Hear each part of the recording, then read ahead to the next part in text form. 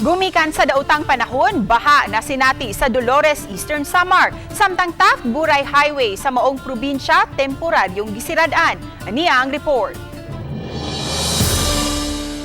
Mga alas 3 kaganihang kadlaw ni pauli na ang mga residente sa Barangay San Pascual, Dolores, Eastern Samar ngadto sa ilang mga balay gikan sa evacuation center nga nahimutang sa Barangay Patungo. Kini human nila masayri nga mihubas na ang tubig baha sa ilang dapit.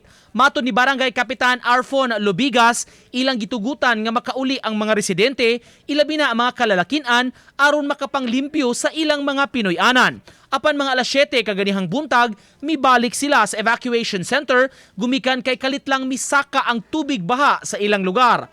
Kini gumikan sa kusog nga pagbunok sa uwan ni anang buntag.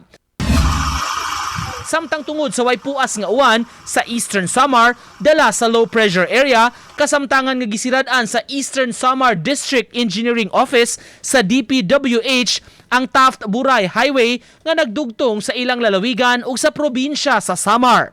Kini gumikan sa miawas nga tubig baha gikan sa mga basakan taliwa sa Barangay Mabuhay o Barangay Malinaw sa lungsod sa Taft, Eastern Samar.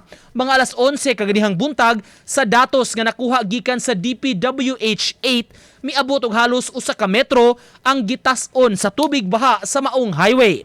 Ang ubang mga pasahero napugos og sakay sa bangka samtang ang uban padayong naghuwat nga muus-us ang baha.